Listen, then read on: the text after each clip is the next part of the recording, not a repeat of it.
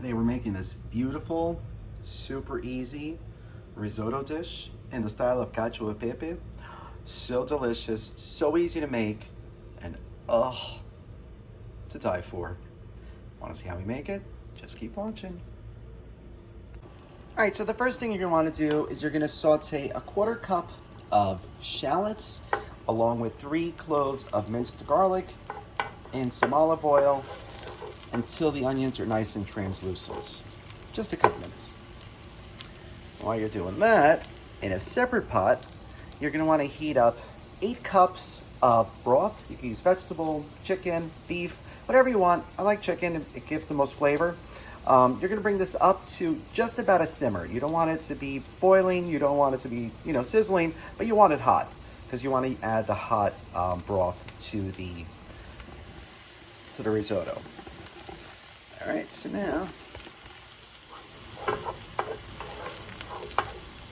these are getting nice and tender. So we're gonna let this saute for another 2 minutes. All right, once the garlic has gotten nice and gold and the onions are a little translucent, you're gonna deglaze the pan with 1/2 cup of a dry white wine. If you don't wanna use wine, you don't have to. You could just add 1/2 cup of the broth that you're gonna be using. All right, so now we're gonna let this reduce till there's almost no liquid left. Turn up the heat a little bit.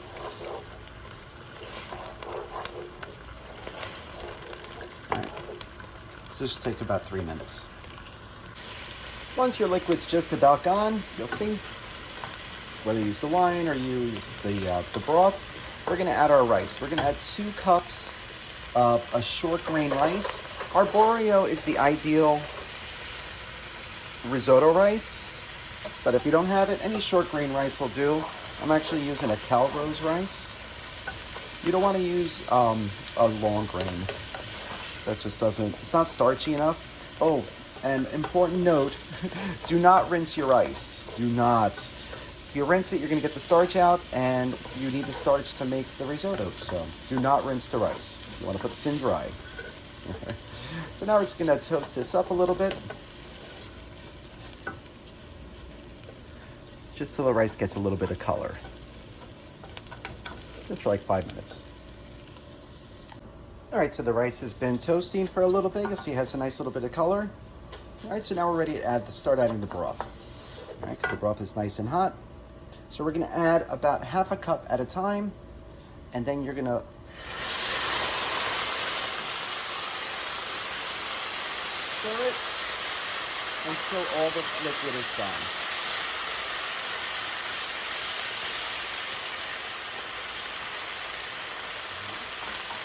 That was fast. Next 1/2 cup.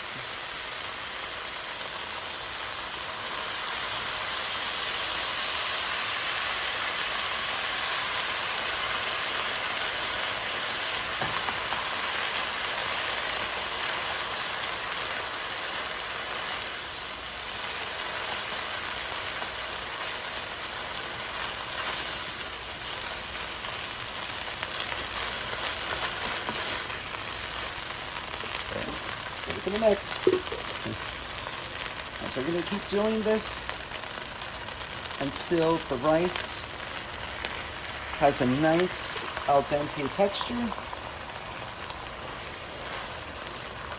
And you're going to see it's nice and creamy. Right, so you're going to need about 7 cups, maybe all 8. It's always better to heat up extra than running out and having to heat it up, because you never want to put cold broth into your risotto. But you'll see it's already starting to get nice and creamy. All right, so we're going to continue to cook this. So we're about 3 cups of broth in. You'll see it's starting to get really nice and creamy. All the broth is starting to get incorporated into the rice. The rice is absorbing it all, but it's making that nice risotto texture that everybody knows and loves. All right, but the rice is still very, very much crunchy, so you got to still keep adding some more broth. But this cooks very quick, like from start to finish, about a 1/2 hour. It's so delicious. All right, so we're about 6 cups of the liquid in. You'll see, look how creamy this is getting. Nice. All right, so it's still starting to evaporate and get incorporated, but I just tasted it. Still a little too al dente, so it looks like we're probably gonna have to use at least 7 cups of the chicken broth. Yep, it's getting there, almost ready. All right, so we've used just about 7 cups of the broth.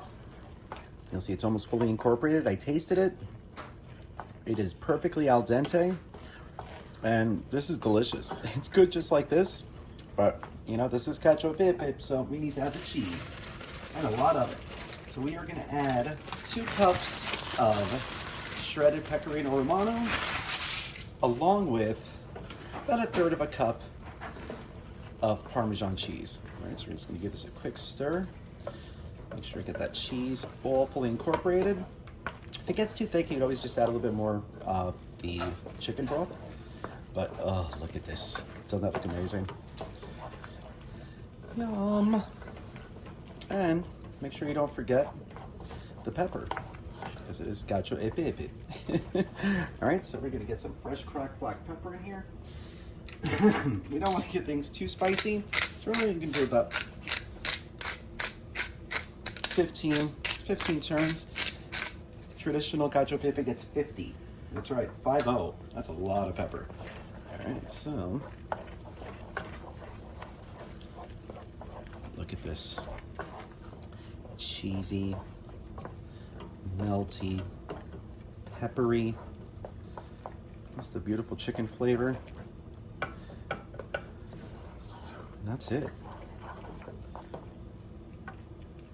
This bad boy's done. Let's plate it up. Lolo, it's almost done. I'm about to plate it up. I'm plating it up now. It's done. It's ready. All right, patience. I know you're hungry. Me too. All right, I'll hurry. So we've plated it up. Add a little parsley to make it pretty. But look, you can see that. Oh, look at the cheese just glistening with the rice and the pepper. Can't wait to try this. Oh, did you see the strings of the cheese? Did you see that? Oh, yum. Bon appetit. Mmm. A little hot. So creamy. Get the pecorino romano, the chicken. Texture of the rice. The little hints of the pepper at the end. Oh, if you're a fan of the Cacio pepe, this is a must make. And it's so easy. Literally a half hour from start to finish. All right, so if you make this recipe, let us know. Bon appetit. Yes, Lulu. Bless you. Lulu, I get to try first. I cooked it. What do you mean that's not fair? Ladies first? All right, Lulu, I'm sorry. Next time. Next time.